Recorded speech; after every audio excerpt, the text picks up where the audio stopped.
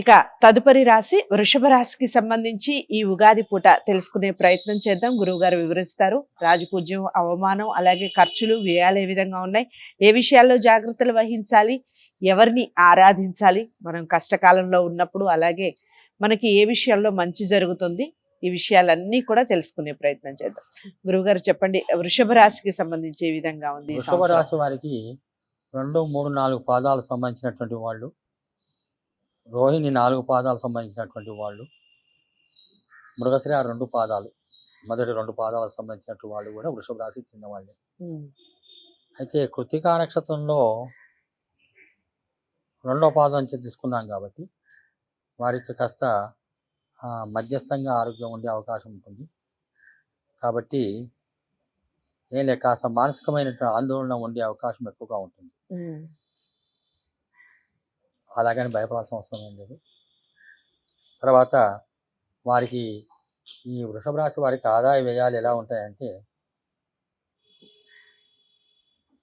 2 భాగాల ఆదాయం అండి, ఉమ్. 8 భాగాలు వ్యయం. అబ్బా. ఆదాయం కన్నా ఖర్చు అది ఎక్కువగా ఉంటుంది. చాలా ఎక్కువగా ఉంది. ఎక్కువగా ఉంటుంది. అలాగే భయపడాల్సిన అవసరం లేదు. చేయదలుచుకునే పని మాత్రం మంచి పనులకే ఉపయోగించే అవకాశం ఎక్కువగా ఉంటుంది. ఓకే. ఉమ్, అది ఆ విధంగా ఉంటుంది. రాజ్యపూజ్యం 7 భాగాలండి, ఉమ్. అవమానం 3 భాగాలు. రాజపూజ్యం మాత్రం బాగుంది. బాగుందండి. ఓకే. వారికి అంటే చాలా మంచివారు అని చెప్పండి 10 మంది అంటారు. మంచి కీర్తి ప్రతిష్టలు కానీ వస్తాయి. దాంట్లో 3 మాత్రం వాడు దుర్మార్గుడు అండి అని చెప్తారు. అది సహజమే అది. ఉమ్, ఉమ్, కాబట్టి దాని విషయంలో భయపడాల్సిన అవసరం ఏం లేదు. ఇక వృషభ రాశి అవుతుంది కాబట్టి వృషభ రాశి వారికి ఇప్పుడు మనం 30 ఏప్రిల్ వరకు గురువు వారికి వ్యయంలో ఉంటాడు, అంటే 12వ స్థానంలో ఉంటాడు. ఉమ్, ఈ 12వ స్థానంలో ఉండటం వల్ల శుభకార్యమూలకంగా మంచి ఖర్చు పెడతారండి వీళ్ళు. ఉమ్, ఉమ్, తరచు ప్రయాణాలు చేసే అవకాశం ఉంటుంది. కాకపోతే క్రయ విక్రయాలు మాత్రం జాగ్రత్తగా ఉండాలండి. కొంచెం ఉమ్. నష్టాలు జరిగే అవకాశాలు ఉన్నాయి.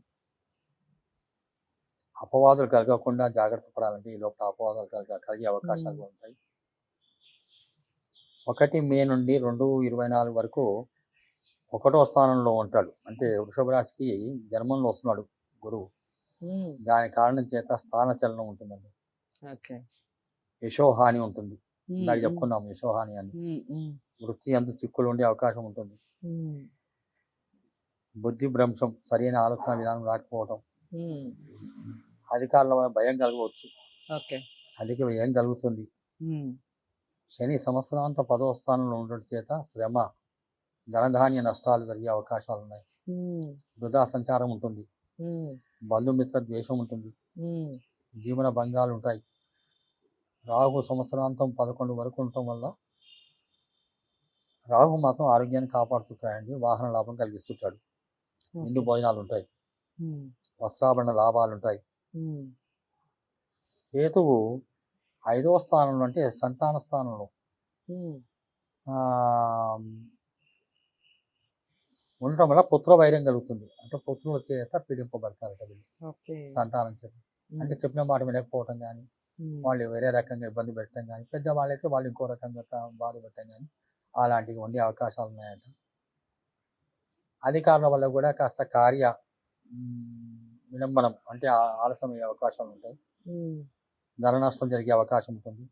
ఉమ్, విచారం, ఎప్పుడు ఏదో ఒక విచారం ఆలోచన చేస్తుంటారు, ఉమ్, దీర్ఘాలోచనలో ఉంటారు. దీర్ఘాలోచన ఉంటారు.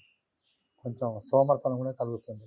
ఉమ్, దీనివల్ల వీళ్ళకి ఎలా ఉంటుందని చెప్పంటే ఎప్పుడు చూసినా వాళ్ళకు ఒకసారి వాళ్ళపైన వాళ్ళకే నమ్మకం తగ్గే అవకాశం ఉంటుంది. ఉమ్, అయినా భయపడాల్సింది ఏం లేదు. వారికి